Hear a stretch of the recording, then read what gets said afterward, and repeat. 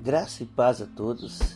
Estamos aqui para dar continuidade ao nosso estudo do livro de Atos dos Apóstolos e hoje vamos estudar a partir do capítulo 6, versículo 7, até o capítulo 8, versículo 2, onde ali nós encontramos o relato, a pregação, a prisão, a defesa e a condenação e execução do diácono Estevão. Primeiro trecho de estudo hoje vai do capítulo 6, versículo 7 até o versículo 12.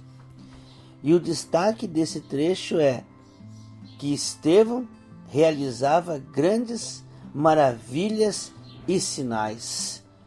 Isso é um ponto bem interessante, porque muitas vezes o que se entende ou que se assimila de um trabalho na igreja ou de um cargo na igreja é de que existem cargos administrativos e cargos espirituais. E isso é preciso considerar em vários aspectos. Às vezes aquele que assume o cargo, assume uma função, ele acredita que dependendo da função ele talvez não precise ser tão espiritual ou talvez não precise ser tão administrativo, não precise ter tanto conhecimento, tudo é pelo Espírito. E o que nós vimos aqui, nessa questão de Estevão como diácono e como servo do Senhor é bem interessante, porque ele era um homem cheio do Espírito Santo. Um dos requisitos para ser diácono, para servir na igreja, assumir, digamos que um cargo, que uma referência, um lugar que vá ser referência de igreja, era que ele precisava ter bom testemunho, ser cheio do Espírito Santo e ter sabedoria. Não é porque era um cargo, digamos que administrativo, ele ia servir as mesas das viúvas e dos órfãos de fala grega, que ele não precisaria ser um homem cheio do Espírito Santo.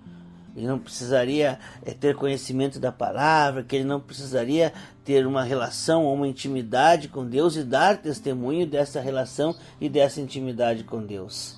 Então era necessário justamente por isso, porque na verdade não há uma diferença, não há uma distinção no exercício da função.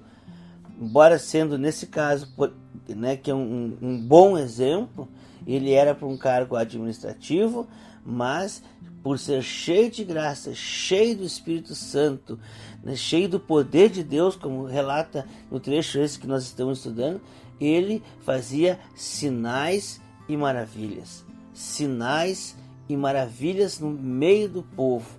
Ou seja, não há uma distinção, não há separação. Não é porque você foi chamado, e glória a Deus por isso, por ser o porteiro da igreja, que você não precisa ter intimidade com Deus, não precisa ser cheio do Espírito Santo, não precisa dar bom testemunho. De maneira geral, regra geral, não existe diferença. Existe uma função principal. Olha, nem se pode falar em função principal, porque a função principal de todo o cristão é pregar o Evangelho, tempo e fora de tempo.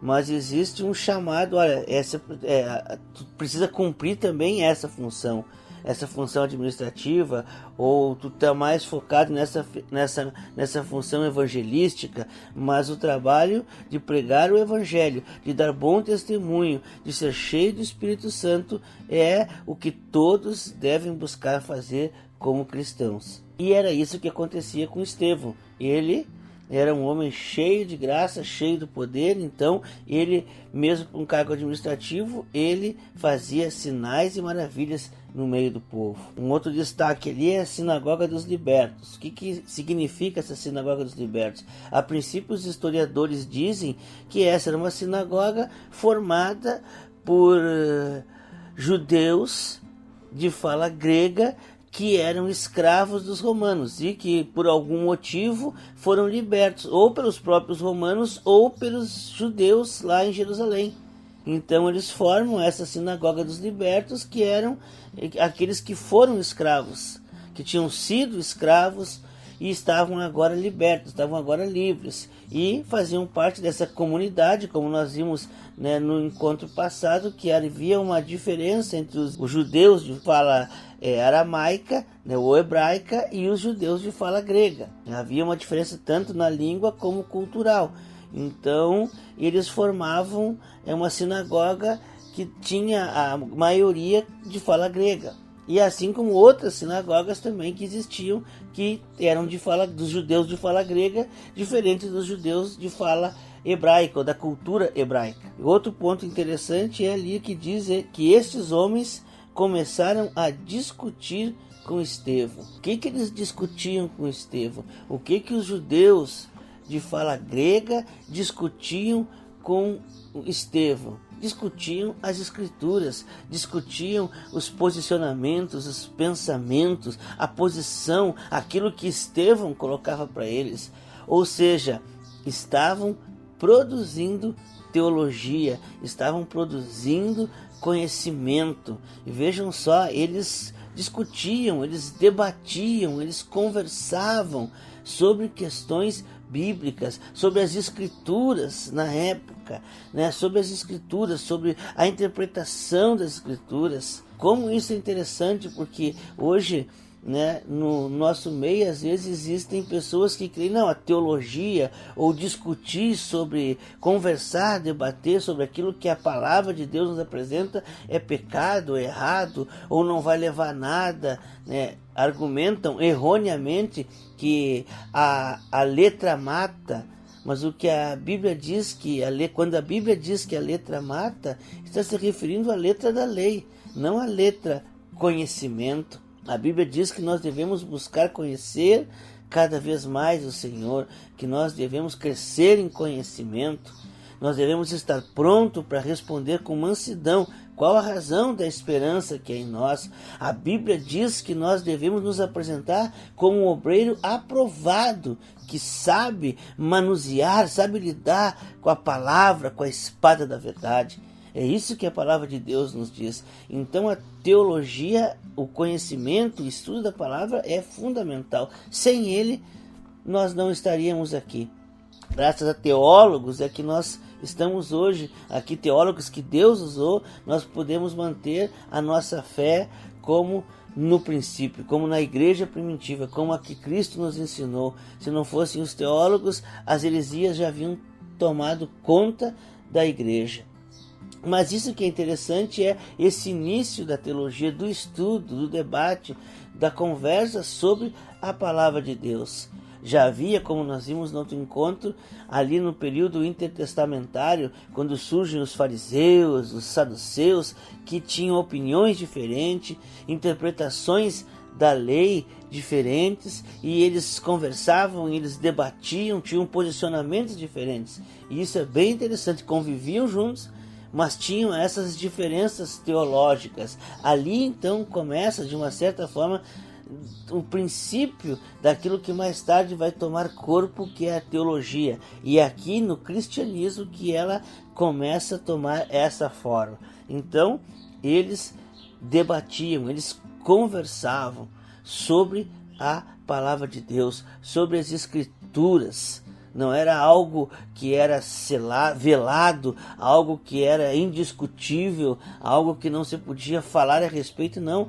E essa era uma das características, aproveitando, uma das diferenças entre os judeus de fala grega e os judeus de fala hebraica. Os judeus de fala grega, por terem essa cultura helenística, eles debatiam mais, eles pensavam mais, né? A Grécia, o berço dos filósofos, que pensavam, que raciocinavam, e eles formados nessa cultura têm, né, essa tendência a discutir, a debater, a conversar sobre os determinados assuntos. E aqui nós vimos claramente isso, a palavra mostra isso. Nós vamos, né, daqui a pouco, num outro trecho, quando a perseguição, ver essa diferença. Então, eles conversavam, eles debatiam, eles dialogavam sobre as escrituras, sobre seus posicionamentos, sobre suas interpretações. E aí nós temos então a teologia tomando forma dentro da igreja primitiva. No nosso segundo ponto, Vai do capítulo 6, versículo 13 ao 15. E o destaque ali, contra este lugar santo e contra a lei. Era essa acusação que tinham contra Estevão, que Estevão estava blasfemando, Estevão estava falando contra o lugar santo e contra a lei. O lugar santo era o templo e contra a lei de Moisés, dizendo que ouviram, Estevão falar que Jesus, o Nazareno, destruiria o templo. Então, a grande questão era o que eles estavam falando contra o templo, o que Jesus havia falado, e agora Estevão repetia que Jesus havia falado contra o templo. E o interessante também é que a mesma acusação havia lá contra Jeremias. Jeremias também faz a profecia contra o templo, que o templo seria destruído. E Jeremias, por essa profecia, por essa afirmação, ele é perseguido, ele é rejeitado, ele é tido como louco. Mas, no entanto, nós sabemos que essa profecia se cumpre, e quando a Babilônia, com Jeremias ainda vivo, ele viu, presenciou tudo isso, quando a Babilônia invade Jerusalém, ela destrói o templo, assim como Jeremias havia predito, havia profetizado, mas era contra o templo. E o que fez com um dos motivos de chamarem Jeremias de louco e de perseguirem e de se oporem a ele, era essa declaração contra o templo. E aqui nós temos mais uma vez essa declaração. Jesus havia dito isso e tentaram prendê-lo. E agora Estevão está falando contra o templo. Nesses debates que ele fazia na sinagoga dos libertos e com outros, em outros lugares, com certeza, ele estava afirmando contra o templo. E agora nós vamos ver na defesa dele o que ele afirmava contra o templo. Então essa era a acusação contra Estevão. Quando ele começa a falar contra o templo e contra a lei de Moisés, ele é preso, como nós vemos daqui a pouco, e levado a julgamento. E a grande questão também, o destaque aí, é que contra a lei de Moisés, até que a acusação não pesou tanto. Porque havia uma tradição, havia alguns judeus que acreditavam que quando o Messias viesse, ele alteraria, ele poderia mudar a lei mosaica. Então, essa acusação contra que Estevão falava contra a lei de Moisés não era uma acusação tão forte, tão pesada, mas contra o templo sim. Essa acusação era muito séria, muito pesada. E por isso ele foi preso e levado a julgamento no Sinédrio. No capítulo 7, do versículo 1 ao 43, na verdade em todo o capítulo 7 nós temos ali o julgamento e a execução de Estevão, o desenvolvimento, o desenrolar de todo esse episódio. Mas do versículo 1 ao 43 nós podemos destacar algumas coisas na primeira linha de argumentação, ou na primeira linha de defesa de Estevão. Não podemos esquecer que a acusação é a principal acusação, que ele estava falando contra o templo. E nessa primeira linha, então, do versículo 1 ao 43, a primeira linha de defesa de Estevão, eles fazem o destaque. O Deus glorioso apareceu a Abraão, nosso pai, estando ele ainda na Mesopotâmia. Então, ele chama Abraão para sua defesa, o exemplo de Abraão, e diz que Deus se revela a ele ainda na Mesopotâmia. Então, isso é bem importante. Segundo destaque desse texto, mas Deus estava com ele e o libertou de todas as suas tribulações, dando a José, então Estevão chama mais uma testemunha, chama José, favor e sabedoria diante do faraó, rei do Egito. Este o tornou governador do Egito e de todo o seu palácio.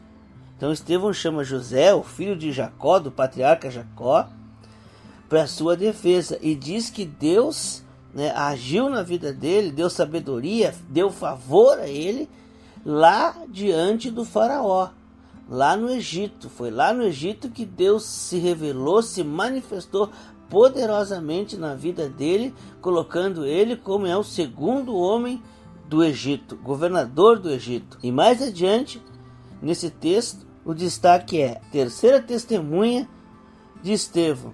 Apareceu a Moisés um anjo nas labaredas de uma sarça em chamas no deserto, perto do monte Sinai. Vendo aquilo, ficou atônito e, aproximando-se para observar, ouviu a voz do Senhor: Eu sou o Deus dos seus antepassados, o Deus de Abraão, o Deus de Isaque e o Deus de Jacó. Então Estevão chama agora a terceira testemunha, Moisés, e diz que Deus se manifesta a Moisés. Esse episódio bem conhecido, na manifestação de Deus na sarça que não se consumia, na sarça que estava pegando fogo, mas o fogo não consumia a sarça, o fogo não se extinguia, e Deus falava com Moisés naquele momento, se revelava: Eu sou. E aonde foi isso?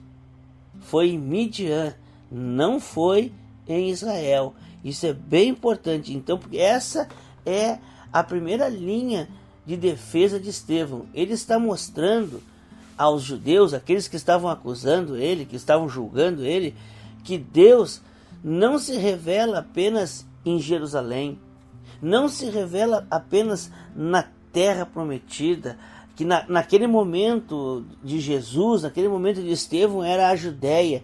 Deus não se revelava apenas ali. E ele mostra então o testemunho dos grandes líderes de Israel. Ele mostra o testemunho de Abraão, o pai de Israel, o patriarca de Israel, o pai Abraão. Ele mostra o testemunho de Abraão, de José, de Moisés, que todos esses homens tiveram a revelação de Deus, a manifestação de Deus nas suas vidas, não na terra prometida, não em Israel, não na Judéia, não em Jerusalém, mas longe dela. Foi lá ainda na Mesopotâmia, foi no Egito, foi em Midian. Lá esses homens tiveram a revelação, a manifestação de Deus na vida deles. Então, mostrando que Deus não se restringe à sua manifestação, o seu chamado, o seu mover a Israel, mas também fora de Israel, ou até longe de Israel, longe da terra prometida, longe de Canaã. Então essa é a primeira linha de defesa, mostrando aos patriarcas, ou melhor dizendo, os grandes líderes de Israel, não tiveram a revelação de Deus, a manifestação de Deus aqui em Jerusalém, aqui na Judéia, aqui na terra que Deus deu. Foram longe daqui.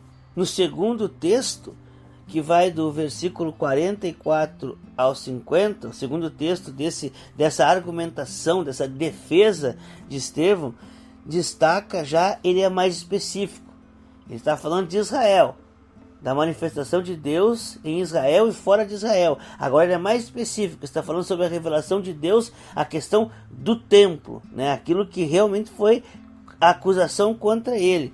E o destaque ali, que ele chama que o tabernáculo foi segundo a ordem de Deus. Essa argumentação é muito interessante e muito atual, muito contemporânea, principalmente nesses dias que estamos vivendo, esses dias de pandemia, de isolamento, em que muitas igrejas foram fechadas, as portas da igreja para os cultos públicos foram fechadas. Então ele faz muito sentido e é muito importante para a reflexão e até mesmo para fazer aquilo que Estevão fazia na Sinagoga dos Libertos, para discussão, para debate, para conversa, para aprofundamento.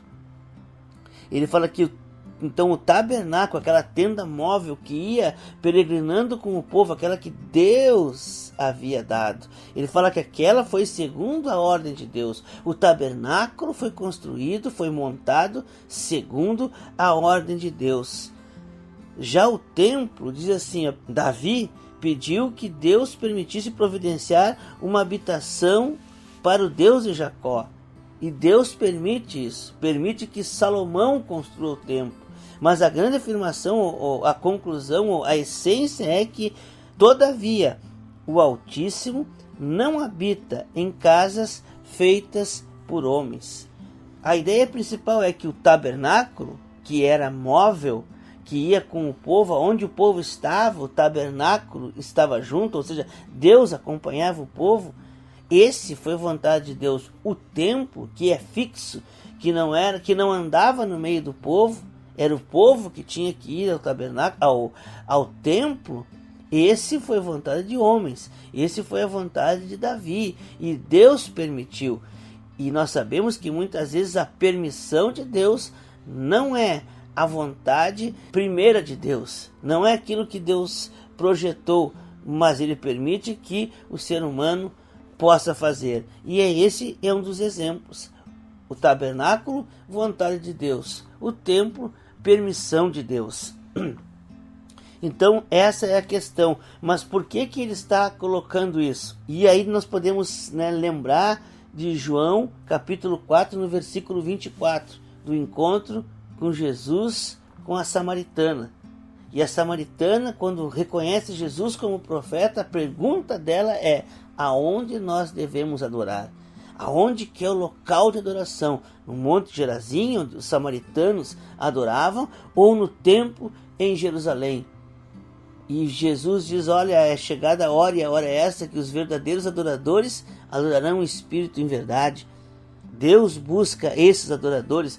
Deus não busca os que estão no templo ou os que estavam lá no Monte Gerazim. Deus busca adoradores em toda parte. Em qualquer lugar se pode adorar a Deus, porque Deus busca os adoradores. Deus não busca o templo, Deus não busca um lugar específico, Deus não busca um lugar onde ali haja a concentração ou o maior número de pessoas. Deus busca adoradores, um coração quebrantado, um espírito contrito. Deus não desprezará. É isso que Deus busca, é isso que Jesus diz a ela. O que Deus busca é os adoradores. Se eles estão no templo, Deus estará lá. Se eles estão em casa, Deus estará lá. Se eles estão na rua, Deus estará lá. Por isso que é o Emanuel, é o Deus conosco. Então essa é a grande acusação contra Estevão. Ele estava dizendo que o templo não era mais o centro da adoração. E isso, para os judeus, era uma blasfêmia grande, era uma blasfêmia imperdoável. E nós vamos seguir no texto agora e vamos ver a dimensão dessa blasfêmia, de falar dessa forma contra o templo de Jerusalém. Nós seguimos então o texto ali no versículo 51 ao 53, como que Estevão conclui a sua defesa, dizendo: qual dos profetas os seus antepassados não perseguiram? Chama eles de rebeldes, obstinados de coração e ouvidos. Por que Estevão diz isso? Porque Moisés foi perseguido. Moisés, o povo tinha o coração endurecido por tudo que Deus usa Moisés, tirando o povo do Egito, da escravidão, com o seu braço forte, fazendo sinais e maravilhas. Mesmo assim, o povo não se entrega, não se rende a Deus por meio de Moisés. Eles rejeitam a Moisés, não obedeciam às ordens que Moisés dava, endureceram o coração. Os profetas, todos os profetas foram perseguidos, foram rejeitados. Os profetas levantados por Deus, todos eles foram perseguidos, foram rejeitados. Muitos foram martirizados, mas o coração endurecido do povo e dos religiosos perseguiram esses profetas, resistiram à mensagem de Deus. E ele dizia: o próprio Filho de Deus vocês rejeitaram, vocês o mataram, vocês fazem isso desde os seus antepassados. Então ele termina a sua defesa fazendo uma acusação. Depois de expor toda a sua defesa histórica, isso é um fato importante, era comum que todo aquele era comum e uma argumentação bem aceita quando aquele que era acusado usava as escrituras para a sua defesa. Não usava nada mais do que as escrituras. Isso é muito importante para nós, que não Precisamos usar nada mais do que a Escritura, do que a palavra de Deus. Então ele argumenta na Escritura, ele apresenta a sua defesa, chamando os líderes de Israel como testemunha, falando sobre a questão do templo, da vontade de Deus e a vontade dos homens, e termina chamando os profetas. Todos os profetas foram perseguidos, assim como vocês perseguiram o Messias, o profeta, o Filho de Deus. E finalizando esse capítulo, nós temos ali essa narrativa da condenação de Estevão, né, do julgamento, diz ali no versículo 54 a 60, o destaque é: arrastaram-no para fora da cidade e começaram a apedrejá-lo. Então, o que acontece? Eles executam a pena capital. O que nós podemos falar sobre essa pena capital é bem interessante. Em primeiro lugar, aquela região, né, o que era Israel antigamente, no tempo de Saul, de Davi, de Salomão, nos tempos de Jesus, nos tempos de Estevão, se reduz à região da Judéia. Jesus andava pela região da Judéia, Galiléia e Samaria, mas a concentração de judeus, a concentração religiosa dos judeus era na Judéia. Então, para que a gente possa entender, aquilo que era Israel antigamente no tempo dos reis, era no tempo de Jesus, no tempo de Estevão, a região da Judéia. E quando os romanos tomam a região da Judéia, eles tiram a pena capital da jurisdição do Sinédrio. O Sinédrio segue administrando, mas sem direito a aplicar a pena capital. A única pena capital que é deixada no poder do Sinédrio, na jurisdição do Sinédrio, é a blasfêmia contra o templo. Contra o templo não se podia falar. Se eles julgassem e achassem que a pessoa era realmente culpada de ter falado contra o templo, eles poderiam aplicar a pena capital, ou seja, a pena de morte. Isso em razão daquilo que aconteceu, e nós já vimos em aulas passadas, no período intertestamentário, né, de Antíoco Epifânio, que sacrificou um porco no templo em Jerusalém, e aquilo gerou a revolta, né, uma revolta muito grande, conhecida como a revolta dos Macabeus. Então, né, o prefeito, aquele representante de Roma, que governava a região da Judéia, e era somente ele que podia aplicar a pena capital, a não ser no caso de blasfêmia contra o templo. Aí o Sinédrio poderia aplicar essa pena capital, essa pena de morte. Contra Jesus, a acusação era que ele era o Filho de Deus, ele se dizia o Filho de Deus, e por isso o Sinédrio não pôde acusá-lo e não pôde matá-lo, não pôde aplicar a pena capital nele. Então eles levam Jesus para o governador da Judéia, para o representante de Roma, para Pôncio Pilatos, que representava Roma, dizendo: olha, ele se diz Deus, né? César, o imperador, é Deus, então vai dar conflito aí. E é isso que leva a acusação contra Jesus. Mas no caso de Estevão, não. No caso de Estevão, como a acusação contra Estevão era dele ter falado contra o templo, a pena capital pôde ser aplicada a ele, e ele é levado para fora da cidade e apedrejado por ter falado contra o templo. Mas o que nós precisamos também compreender, que essa acusação contra Estevão, por que eles ficavam tão revoltados contra Estevão, não era apenas uma questão religiosa, não era apenas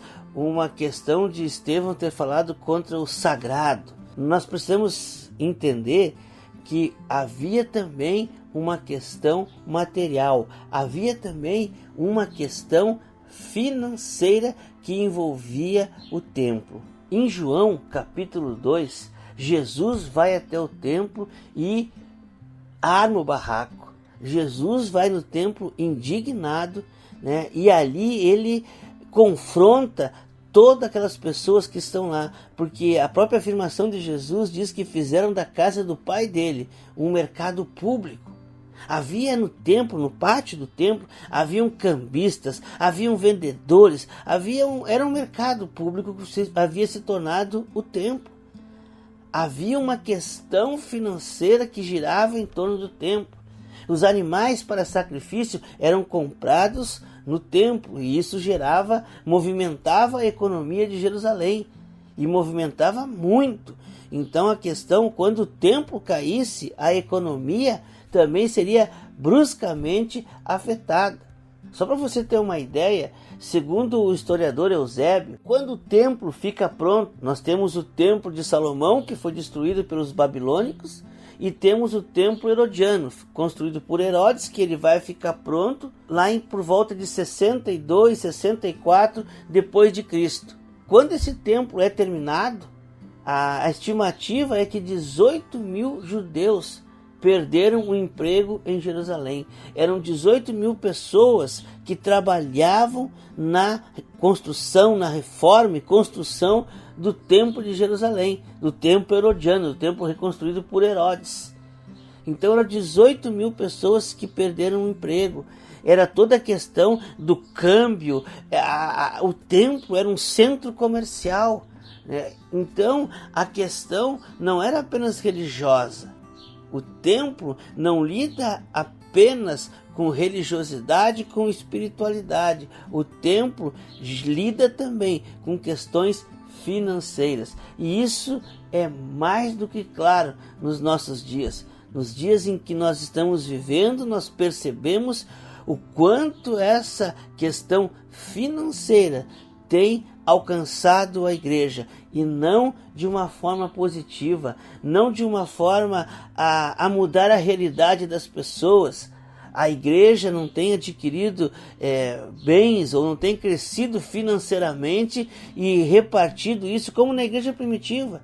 Recebia os valores e repartia com aqueles que tinham necessidade. Hoje a igreja, como instituição, ela cresce cada vez mais em posses, ela cresce cada vez mais em status, em pomposidade e às vezes além do que é necessário para que se tenha um culto. Porque na verdade o templo, hoje o único sentido do templo é que pessoas possam congregar, estar em um templo junto, celebrando, congregando, compartilhando um tempo junto de celebração, porque a função aquela que era do templo não existe mais.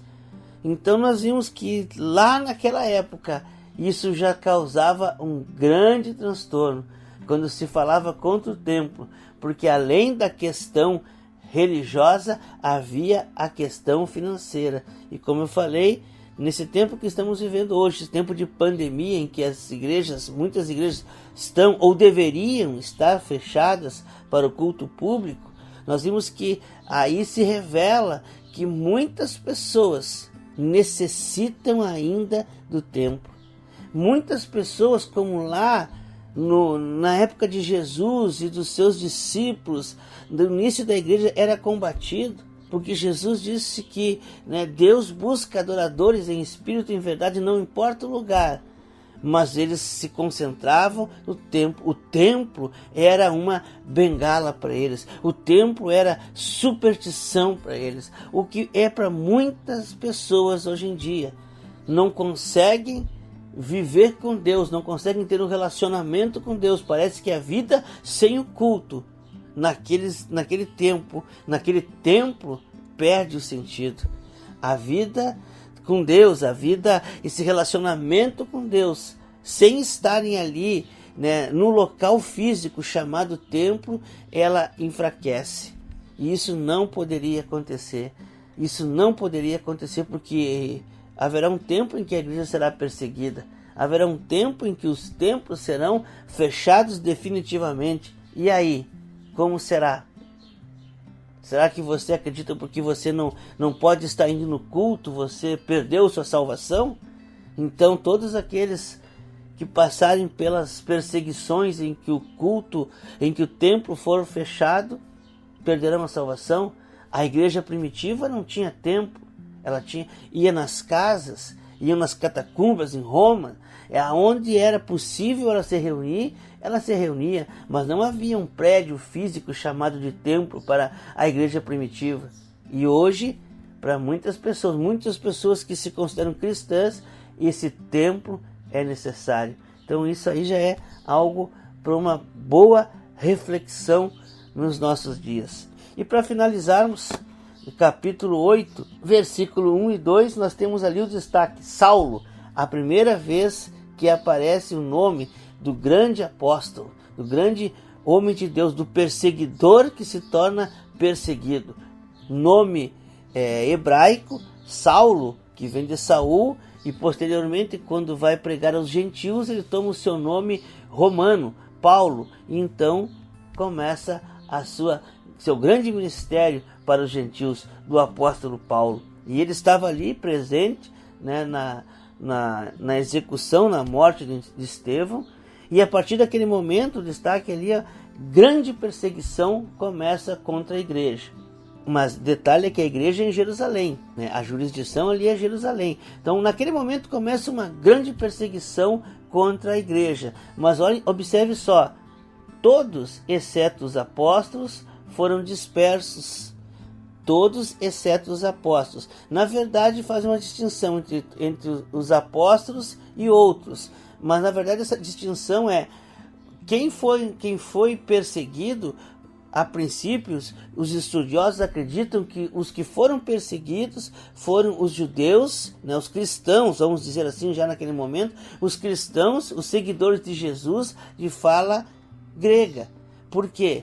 Porque eles eram os que debatiam, eles eram os que questionavam, eram eles que colocavam as suas ideias e defendiam ferozmente as suas ideias, as suas crenças, a sua fé, a sua doutrina. Os hebreus, os judeus hebreus, eles permaneceram naquilo que eles acreditavam, na sua tradição. Eles permaneceram vivendo da forma em que eles foram ensinados. Ainda demorou um tempo para que eles mudassem o estilo, entendessem, fossem também perseguidos e entendessem que o templo não fazia mais parte. Quando nós já vimos lá no capítulo 2, no capítulo 3, capítulo 4, que eles permaneciam unânimes e ainda iam ao templo. Nas horas das orações, eles iam ao templo. O templo ainda estava, né, como que eu vou dizer assim, ainda chamava a atenção deles. Eles ainda estavam ligados ao templo. E os judeus, os hebreus, eles não eram muito da discussão, porque para eles aquela cultura, aquilo que Jesus falou, questionou, eles assimilavam um pouco daquilo. Já os judeus de fala grega, que vinham de uma outra cultura, da cultura helenista, como eu já expliquei antes, eles tinham outra ideia. Eles assimilaram o cristianismo com outra percepção. E por isso eles foram perseguidos. Por causa do debate, por causa do confronto, por causa que eles estavam mais contra, vamos dizer assim, mas eles se confrontavam mais com a posição judaica, com a cultura judaica, com o judaísmo, e isso criou esse atrito. Então, a princípio, os primeiros a serem perseguidos foram os judeus de fala grega. Os apóstolos, os discípulos, continuaram tranquilamente em Jerusalém. E, né, a ordem de Jesus era: saiam de Jerusalém, fiquem em Jerusalém, depois de forem revestidos de poder, preguem em Jerusalém, Samaria e até os confins da terra, Judeia e até os confins da terra. Mas no primeiro momento apenas os judeus de fala grega é que cumprem esse ide de Jesus. Então nós vamos ficando por aqui. Eu espero que o Espírito Santo tenha ministrado ao seu coração, que tenha acrescentado esse conhecimento, esse estudo que nós estamos fazendo, porque eu creio que você possa crescer um pouco em conhecimento, assim como eu tenho crescido ao preparar esses estudos, ao estudar, né? E que em nome de Jesus esse conhecimento da palavra de Deus venha nos servir para servir. Que possamos servir, que possamos ser usados por Deus, que venhamos a ganhar conhecimento para cada vez mais sermos usados por Deus. Que Deus nos abençoe e até o nosso próximo encontro, em nome de Jesus.